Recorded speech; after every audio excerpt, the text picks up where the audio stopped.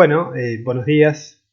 Quiero darles la bienvenida a nuestro primer acercamiento a nuestra materia problemática filosófica de la Escuela de Bellas Artes.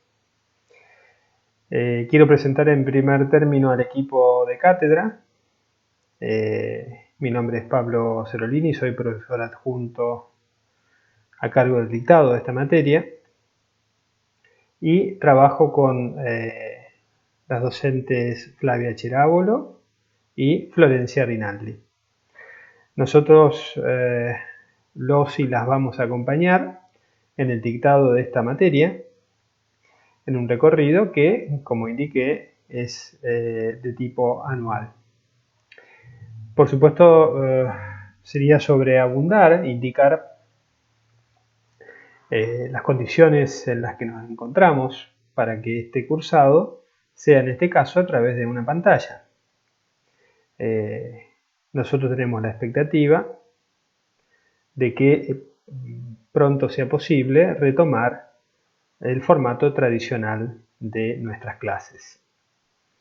Hasta que esto se produzca, nos vamos a manejar dentro del amplio campo de la virtualidad. Entonces, en ese sentido, nuestro primer encuentro es un acercamiento a la presentación de la materia y también el comentario de algunos elementos que constituyen las unidades de los contenidos obligatorios de esta asignatura. Si les parece bien, entonces vamos a empezar un poco con esta materia que se presenta inicialmente desde el propio título como digamos algo que no se trata de una introducción a una materia, una introducción a algo bajo el modelo tradicional y antiguo de las introducciones a la filosofía, sino que por el contrario presume de su carácter eminentemente problemático. Entonces nos vamos a acercar a ese objeto problemático desde la reivindicación de la pregunta filosófica. Sin pregunta filosófica es imposible pensar en las condiciones de dictado de una materia filosófica. Por supuesto que el acercamiento sea un acercamiento problemático no quiere decir que pueda prescindir de elementos históricos. Nosotros desde nuestra cátedra entendemos que hay ciertos aspectos de la historia de la filosofía que no pueden de ninguna manera ser dejados de lado, sino que por el contrario tienen que ser recuperados por entender que aún desde la antigüedad, aún desde el planteamiento de viejas preguntas, esas preguntas nos son redireccionadas hacia nuestro presente filosófico y adquieren su nuevo sentido. Entonces, vamos a recuperar, orientándolos a las problemáticas contemporáneas, a las viejas preguntas que nos hacen los filósofos, en este caso los filósofos clásicos, ¿no? Por ejemplo, los filósofos del mundo griego. Vamos a empezar aprovechando este primer encuentro, este primer acercamiento, con por lo menos indicando algunos hitos con los que nos vamos a manejar en el recorrido por nuestra planificación anual. Es por eso que, si me lo permiten, yo querría empezar justamente con un análisis de lo que hemos denominado nuestra unidad 1. En esta unidad 1 está planteada como una pregunta sobre la construcción del saber filosófico, el descubrimiento de la razón y el camino hacia la precariedad de un saber situado. Eso habilita la pregunta por la filosofía, y la filosofía entendida como una actividad. Esto es, no como algo meramente teórico, aunque la teoría es imprescindible cuando nos queremos dedicar al campo de la filosofía, sino también como algo que tiene que ver con una actividad.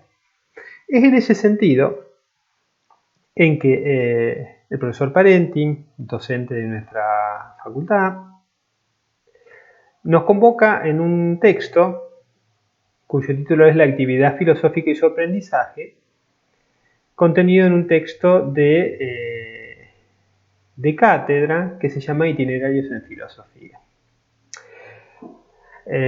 Por supuesto, el programa de esta materia estará a disposición permanente de ustedes para ir siguiendo este desarrollo y este trabajo de lo que en este caso está meramente o solamente citado.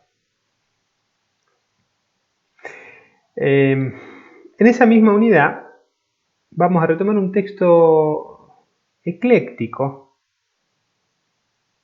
que es el texto del profesor Remo Bodei, recientemente fallecido a fines del año pasado, un gran profesor de filosofía de la Academia Italiana, que ha trabajado en Siena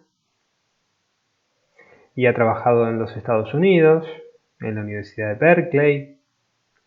Bueno, que tiene una forma muy particular de escritura, muy agradable, muy ecléctica. Es un hermoso texto para empezar a acercarnos hacia qué quiere decir la problemática o las problemáticas de la filosofía. El nombre del libro es La chispa y el fuego. Vamos a trabajar la primera parte que recibe el nombre de Viajes de Descubrimiento. Muy bien.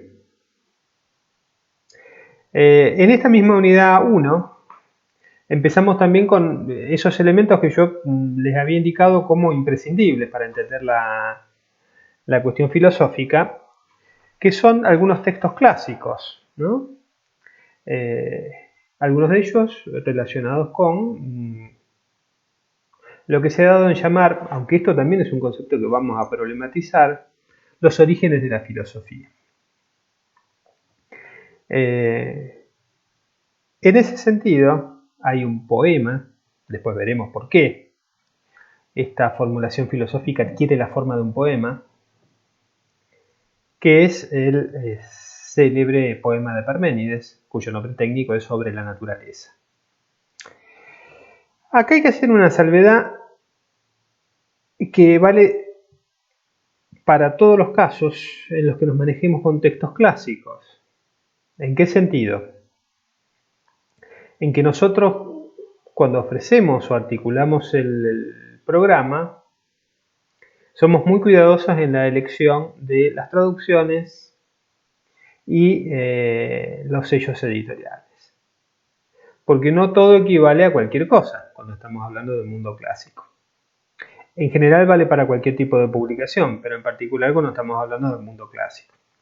Entonces, en ese sentido, hemos afinado particularmente la elección de los materiales que de alguna manera van a nutrir nuestro programa y entonces de preferencia buscamos que sean esas ediciones y esas traducciones que nosotros indicamos porque nos parecen cuidadas y ayudan a la intelección del texto, y no solo ayudan a la intelección del texto, sino que también nos orientan en no caer en confusiones. Entonces, en ese sentido, es muy importante tenerlas presentes. Vamos a continuar ese recorrido, ese itinerario. No inútilmente el título de nuestro libro de cátedra es Itinerarios en Filosofía. con un texto que se llama Itinerarios para hacer filosofía, o sea, retoma el nombre del libro, Invitación a un viaje sin puerto seguro, de la profesora Sardisco.